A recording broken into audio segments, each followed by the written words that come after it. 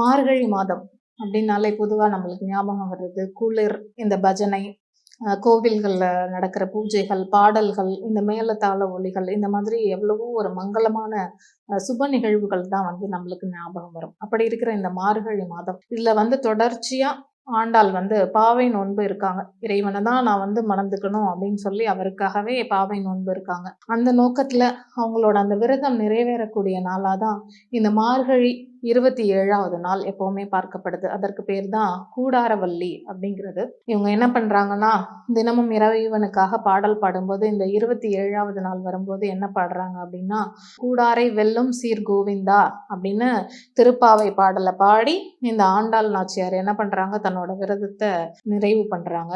இந்த நாள்ல ஆண்டாளுக்கு சிறப்பு பூஜை எல்லாமே நடக்கும். இந்த எம்பெருமானையும் ஆண்டாளை வழிபடுறதும் ஒரு பெரிய சிறப்பான விழாவாவே இந்த கூடாரவள்ளி நாள்ல இருக்கும்.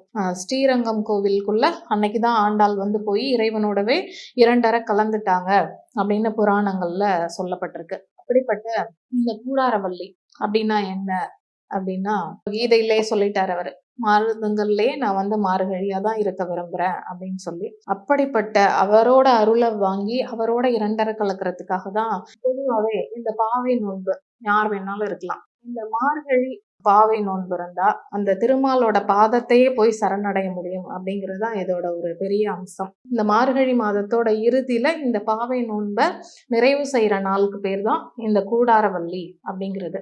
என்ன அப்படின்னா, இந்த 12 ஆழ்வார்கள்ல ரொம்ப முக்கியமா பார்க்கப்படுறவங்க இந்த ஆண்டாள். இவங்க பாவை நோன்பு இருந்ததும் திருமாலோட இறைவனை அடிய போய் சரணடைந்ததும் எல்லாருக்குமே தெரிஞ்ச விஷயம். அதனால இந்த சுப்பிரபாதத்துக்கு பதிலா ஆண்டாள் நாச்சியார் அருளிய திருப்பாவை தான் இந்த மார்கழி மாதம் பெரும்பாலும் இந்த விஷ்ணு பெருமாள் கோவில்கள்ல ஒலிக்கப்படுது. அது மட்டும் இல்லாம இந்த திருப்பதி, ஸ்ரீரங்கம் இந்த மாதிரி தலங்கள்ல வைகுண்ட ஏகாதசி நாட்களும் ரொம்ப ஒரு சிறப்பான நாட்களா இருக்கு.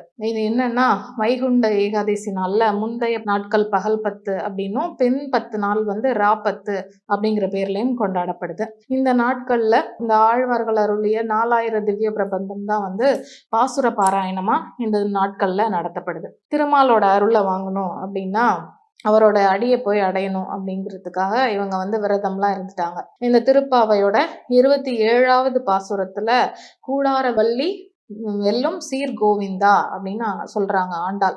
என்ன அப்படின்னா, இந்த நாள்ல பல வகையான இனிப்புகள் செய்து இந்த பெருமாளுக்கு படைக்கிறது வழக்கம். இது என்ன அப்படின்னா, 27வது நாள் ஜனவரி மாதம் 11ஆம் தேதி சனிக்கிழமை 2025வது வருடம் வருது. இந்த நாள்ல என்ன சிறப்பு அப்படின்னா, இந்த அக்கார அடிசல் அப்படின்னு சொல்லி இந்த பெருமாளுக்கு படைச்சு வழிபடுறது ரொம்ப ரொம்ப ஒரு சிறப்பு. அனைத்து பெருமாள் கோவில்கள்லயுமே இந்த கூடாரவள்ளி விழா ரொம்ப சிறப்பா இருக்கு. எப்படி வழிபடுறது அப்படின்னா, இந்த விரதம் இருக்கிற பெண்கள் இந்த கூடாரவள்ளி நாள்ல தங்களை ரொம்ப அழகா அலங்காரம் பண்ணிக்கிறது, நல்ல ட்ரெஸ் பண்ணிக்கிறது, மலர்கள்லாம் நிறைய சூடிக்கிறது, நகையெல்லாம் போட்டுக்கிறது, இந்த மாதிரி அலங்காரம் பண்ணிட்டு பால், இனிப்பு, அரிசி இதெல்லாம் சேர்த்து பொங்கல் வைக்கிறாங்க இந்த பெருமாளுக்காக. பொங்கல் வச்சு பாவை நோன்பு இருக்கிற பெண்கள் இந்த பெருமாளுக்கு நைவேத்தியம் பண்ணிட்டு இனிப்புகளை அவங்களும் சாப்பிடுறாங்க. இப்படி சாப்பிட்றதுனால இவங்களோட வாழ்வு இந்த இனிப்பு மாதிரியே ரொம்ப தித்திப்பா சிறப்போட இருக்கும் அப்படிங்கிறதுதான் இந்த பொங்கலோட ஒரு பெரிய ஐதீகமா பார்க்கப்படுது. என்ன பலன் கிடைக்கும் அப்படின்னா,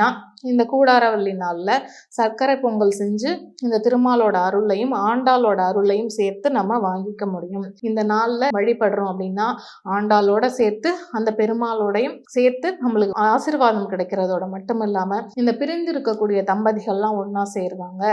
ஏன் அப்படின்னா, எப்படி இந்த ஆண்டாளோட கிளி எப்படி ரங்கமன்னார் கிட்ட தூதா போகுதோ அதே மாதிரி கன்னி பெண்களுக்கு பிடிச்ச இந்த வரன் அமையறதுக்கு இந்த ஆண்டாள் எப்பவுமே ஒரு பெரிய துணையா இருப்பாங்க.